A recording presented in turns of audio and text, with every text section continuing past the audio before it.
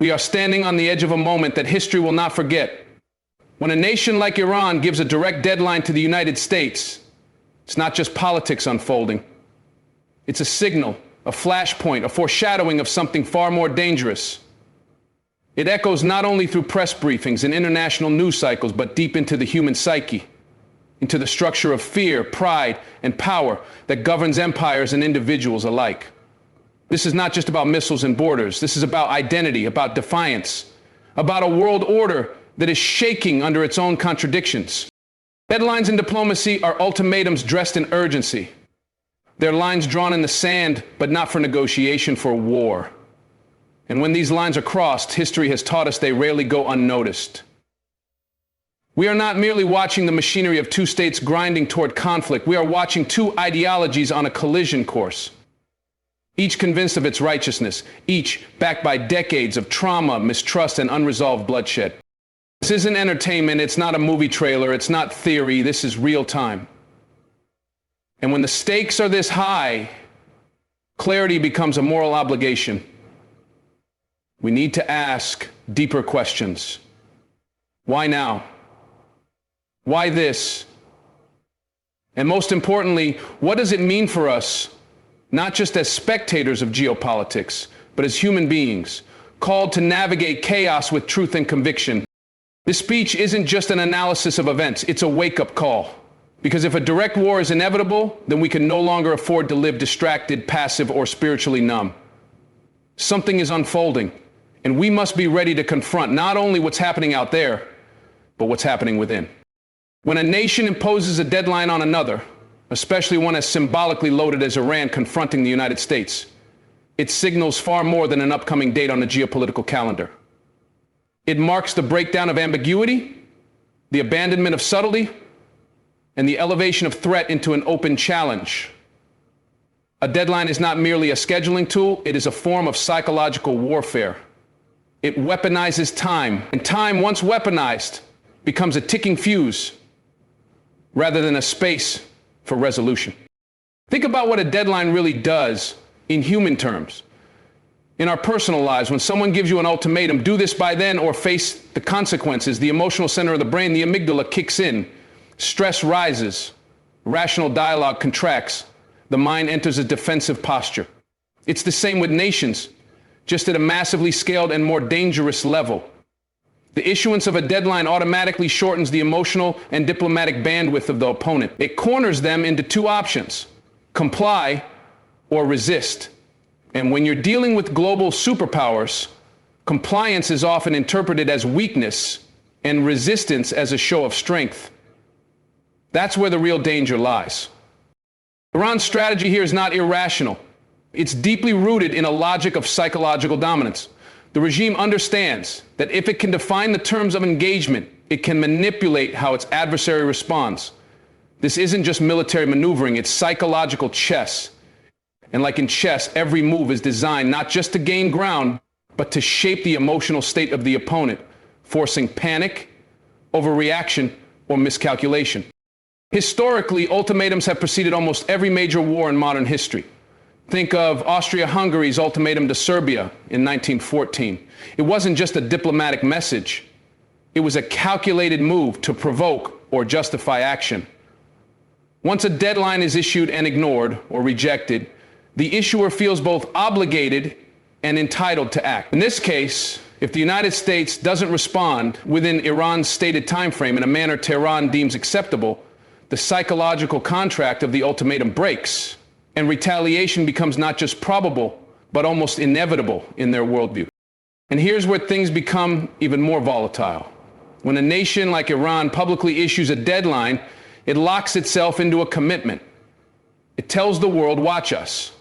That creates internal pressure within Iran itself to deliver on that promise. Backing down becomes a political cost they can't afford. National pride, regime legitimacy, and regional credibility are suddenly at stake. In other words, the deadline corners not only the recipient, but also the sender. It creates a situation where both parties have less room to maneuver. Both are walking toward the edge with fewer options left behind them. This is where understanding the psychology of leadership becomes crucial. Leaders under pressure don't always act based on rational cost-benefit analysis. They act based on perceived strength, honor, and the emotional weight of their audience, be it voters, religious followers, or allies. And when fear meets pride, history often records war. But let's go even deeper. Let's ask what this says about us, not just as nations, but as people. Because if nations mirror the psychology of their leaders, then leaders often mirror the psychology of the people they represent. We live in a time where ultimatums are everywhere.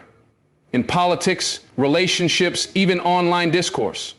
The world is increasingly divided into us versus them narratives, into absolute positions, into rigid timelines and zero-sum choices. In that sense, Iran's deadline isn't just a geopolitical move. It's a reflection of a deeper societal sickness. The inability to negotiate without posturing, the refusal to listen unless threatened, the collapse of patience under pressure. There's a lesson in all of this that transcends international relations. It's a call to reevaluate how we deal with conflict, whether in our homes, our communities, or our own inner lives. If you find yourself always needing to draw lines in the sand, always needing to force decisions or prove strength, you're living in a constant war posture. And war postures may win battles, but they rarely build peace. So here's the critical insight. When we allow deadlines to dominate our decision-making, we surrender the possibility of reflection. We trade wisdom for speed, peace for dominance, and relationship for reaction. The world is watching Iran and America not just to see what they do, but to learn what kind of future we're building. One governed by fear and deadlines, or one shaped by wisdom and restraint. And so we must ask ourselves, are we being driven by the urgency of conflict or by the patience of purpose? Because if we don't learn to master the psychology of pressure, we will keep mistaking escalation for strength. And in that mistake lies the ruin of nations. Let that settle. A war triggered by a countdown is not destiny. It's the consequence of ungoverned minds on both sides of the line. When we talk about the inevitable clash that follows an ultimatum, especially between two global powers like Iran and the United States, we must understand that this is no longer a question of strategy alone. It becomes almost entirely a matter of perception. Perception in this context is not simply about what one nation believes the other will do. It's about what one nation needs the other to believe. This is the crucible in which escalation becomes almost guaranteed, when perception rather than principle governs the actions of powerful actors. Iran understands the optics of confrontation. It knows the narrative value of positioning itself as the David to America's Goliath. To its allies, it looks bold. To its enemies, it looks defiant. And to its own population, it looks strong and righteous. That perception is not a mere byproduct of conflict. It is part of the design. And in response, the United States cannot afford, politically or militarily, to appear hesitant or uncertain. So you now have a theater of posturing where every word, every move, every silence is interpreted as a signal of intent. But this obsession with perception creates a profound danger. It pushes both sides into patterns of behavior that no longer serve national interests, but serve image. What we're witnessing isn't just a standoff, it's a psychological performance. And when you engage in that kind of theater long enough, eventually the script calls for an act of violence. That's when war becomes not just probable, but tragically necessary, within the framework both sides have constructed for themselves. Now consider the ripple effect of these perceptions. Other nations are watching, allies are calculating their positions, adversaries are assessing weakness, markets are reacting, civilians are panicking. This is no longer a bilateral dynamic. It's a global spectacle. Perception becomes contagious. It spreads through headlines, social media, diplomatic cables, and intelligence briefings. It shapes military deployments, economic decisions, and even public emotion. And here's the deeper, more uncomfortable truth. Both nations are trapped in this machinery. Iran, by necessity, must maintain the illusion of control. The regime's survival depends on appearing defiant in the face of Western pressure. It cannot afford to look weak, even when it's suffering internally. Meanwhile, the United States cannot appear appeasing, especially under the scrutiny of global eyes and domestic politics. No president, Republican or Democrat, can afford to be seen as the one who let a threat go unanswered. So war emerges not from desire, but from perception mismanaged. And yet it's rarely recognized for what it truly is, a communication breakdown, two sides yelling across a canyon, neither able to hear the nuance in the other's voice. It's a tragic irony that those with the most power often feel they have the least freedom to change course because their power traps them in expectation. The expectation to retaliate, the expectation to show force, the expectation to uphold national pride, even when it means destroying lives. This is where philosophy offers a mirror. In Plato's Republic, Socrates warns that justice cannot be found in doing to others what has been done to you. True justice, and by extension, true strength, requires stepping outside of the reactive loop. It demands courage, not only in battle, but in restraint. And restraint, paradoxically, is the most difficult and most strategic move a powerful nation can make. It shows not weakness, but wisdom. And wisdom is precisely what this moment calls for. Not posturing, not dramatics, not hollow threats that box both sides in, but wisdom grounded in self-awareness. The kind of wisdom that recognizes when perception has become more dangerous than the reality it claims to represent. Because when you are more concerned with how you are seen than who you are becoming, you've already lost something far more important than a military engagement. You've lost the moral core of leadership. So let's reflect deeply. In a world where perception often overrides reality, where image manipulates truth, we must ask, who are we performing for? And why have we allowed the stage of conflict to define our strength? Iran and America are not just navigating geopolitics. They are navigating the fragile balance between pride and principle, and both are at risk of tipping into a cycle that neither can control. Here's a challenge for all of us, on every level of life. Don't let the fear of looking weak keep you from doing what is right. Because strength is not always found in the clenched fist. Sometimes it's found in the open hand, extended.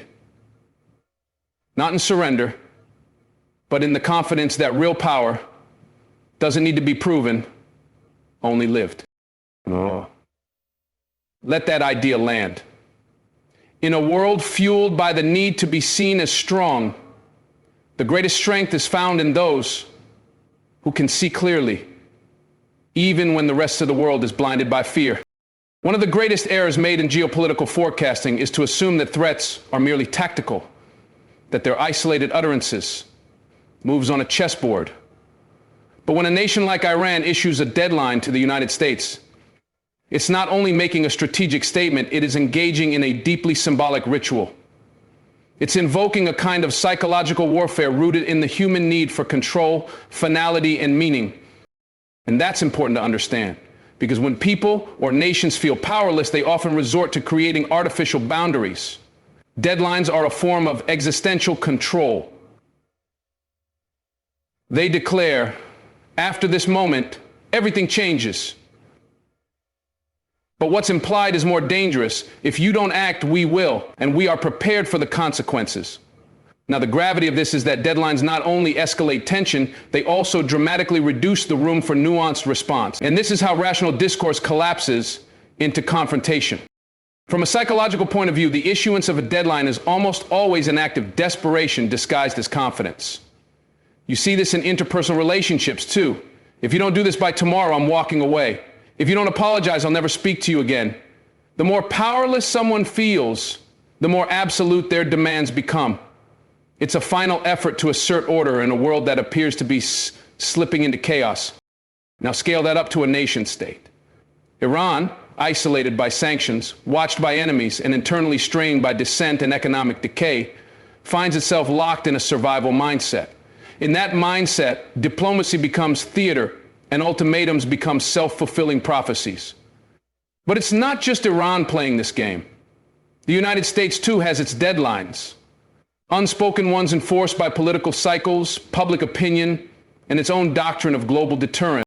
Until the situation begins to resemble something almost mythic. Two wounded giants shouting across a void, neither willing to step back because doing so would mean existential humiliation. And humiliation, psychologically speaking, is one of the most dangerous emotions in the world. It doesn't simply hurt, it corrodes the soul.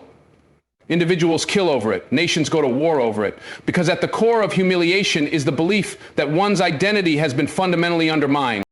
This is what makes deadlines between hostile powers so lethal. They create a script that almost demands violence, because to ignore a deadline is to accept humiliation, and to respond to a deadline with force is to reassert one's identity, not just on the battlefield, but on the stage of global perception. And again, we return to that idea of perception, not as an abstract concept, but as the living pulse of modern power. People often say that the first casualty of war is truth. That may be so, but the first cause of war is the death of trust. And trust doesn't die overnight. It dies slowly, bled out by 1,000 little signals, misinterpreted gestures, inflammatory rhetoric, unmet expectations. Deadlines are the tombstone of trust. They say, we no longer believe in your willingness to act in good faith, so we will force your hand. And what happens after that? Well, the world watches. It reacts. Markets spiral, alliances tremble, and the average person working a job, raising a child, living a life, feels the tremors of global pride turned to panic. And here's the philosophical layer most people miss. Deadlines don't just mark time, they compress time. They create urgency. And urgency, especially when tied to ego, is often the enemy of wisdom. In the ancient Greek tragedies, hubris always led to downfall, not just because pride is blinding, but because it is impatient. It demands immediate validation. And modern geopolitics, as sophisticated as it may seem, is still deeply rooted in those ancient patterns of pride and retribution. When Iran says, you have until this date, it is drawing a psychological line in the sand. And the United States, by virtue of its status and history, feels compelled to respond, not necessarily because the response is wise, but because silence feels like surrender. And this ultimately is where the human cost begins. Not in the first missile strike, not in the sanctions, but in the erosion of reasoned space between threat and action, that sacred space. What you might call the pause of wisdom is where diplomacy once lived, but with deadlines, that pause shrinks. And when it disappears entirely, all that's left is escalation. So the question becomes, can either nation break that script? Can either leader, American or Iranian, step beyond the psychological impulse to respond with force? Because if not, then the deadline has already done its job. It has brought us to the edge, not by bombs, but by belief. By the belief that we must act now or lose everything. And here's the final thought I want to leave you with. A deadline is a test, not just of strategy, but of soul. It asks, will you react out of fear or respond out of strength? Will you protect your image or preserve your integrity? The path we choose in these moments doesn't just define our politics, it defines our humanity. When the clock is ticking and both sides are armed not just with weapons but with narratives, something remarkable happens. Reality begins to bend under the weight of interpretation. That's the fourth key point here. Perception shapes consequence. Not the facts, not even the action itself, but how it is seen by the public, by allies, by adversaries, and by history. Let's pause and think about that. Imagine two men in a room, both armed, both uncertain. If one shifts his weight slightly forward, the other might interpret that as aggression. That interpretation might trigger a defensive act that appears offensive, and within seconds, the entire exchange becomes irreversible. This is how human psychology scales up into warfare. And when nations are involved, nations with fragile egos, public pressure, wounded pride, and deeply ingrained historical wounds, the potential for catastrophic misunderstanding becomes not just possible, but predictable. Iran's deadline, from this vantage point, is less about forcing America's hand and more about declaring to the world, we are not passive players in this drama. They know the world is watching, and they know the Western media will amplify every statement, every counterstatement in headlines soaked in panic and speculation. And here's the deeper issue. Once perception becomes the battleground, every act is a performance. This is where it gets dangerous, profoundly dangerous, because political theater doesn't obey the same rules as rational strategy. In theater, timing is everything. In strategy, timing should be flexible, adaptive. But when you're performing for an audience, the global community, your domestic base, even your enemies, you become less concerned with wisdom and more obsessed with applause. Let me bring it to a psychological level. Human beings have an innate need to feel seen and understood. Nations are no different. Iran wants the world to understand its pain, sanctions, isolation, perceived hypocrisy from the West. America, in turn, wants the world to respect its posture of deterrence and moral authority. But here's the catch. When you're both trying to be understood, but neither is willing to listen, escalation becomes the only language left on the table. And this is how perception snowballs into inevitability. Let me illustrate. If Iran fires a warning shot, America may interpret it not as a warning, but as an act of war. Why? Because public perception demands it be seen that way. Because allowing even a perceived insult to go unanswered becomes a political liability. Leaders then stop making decisions from principle or reason. They begin making decisions to avoid looking weak. The philosopher Nietzsche warned us that what people fear most isn't suffering, it's meaninglessness. And in geopolitics, meaning is manufactured constantly. Leaders weave meaning into every speech, every action, because without it, their citizens feel unanchored. So if a drone is shot down, it must mean something. If a tanker is attacked, that too must mean something. And if a deadline is issued by Iran, let's say, it has to mean everything. This is how the narrative spiral forms. You have actions, you have interpretations of actions, and then you have reactions to those interpretations. At no point in this spiral are actual intentions confirmed. Everything becomes an echo of an echo. And when you're caught in that spiral, the distinction between perception and truth vanishes. Now, this isn't a purely modern phenomenon. It's ancient, it's tribal, it's mythological. In Homer's Iliad, entire wars were fought not because of rational interests, but because of honor, shame, reputation, concepts that exist entirely in the realm of human perception. Fast forward a few thousand years, and we're still there, just with more satellites, more firepower, and louder media channels. So here's the brutal truth. When perception governs decision-making, the truth becomes irrelevant. What matters is not what happened, but what people believe happened. Iran could be bluffing, or it could be completely serious. The US could be posturing, or it could be drawing a real red line. But perception won't wait to find out. The public, the allies, the markets, they all respond in real time, demanding action, clarity, and that demand for certainty pushes leaders to act prematurely. And so we reach the precipice, not because anyone necessarily wanted war, but because everyone became trapped in a psychological game of optics, pride, and reactive fear. A war born not of desire, but of distorted vision. A war sculpted by perception until it becomes indistinguishable from reality. This is the lesson we too often forget. The most dangerous wars are not the ones launched in anger, but the ones that seem to happen on their own, guided by fear, fueled by pride, and driven by misread signals. The war that arrives not with a scream, but with a shrug. We had no choice. And here's the point I want to leave you with. When perception becomes truth, and truth becomes negotiable, then wisdom becomes radical. In a world spiraling toward confrontation, the greatest act of courage is not retaliation, it's restraint. The strongest hand isn't the one that strikes hardest, but the one that pauses long enough to see clearly.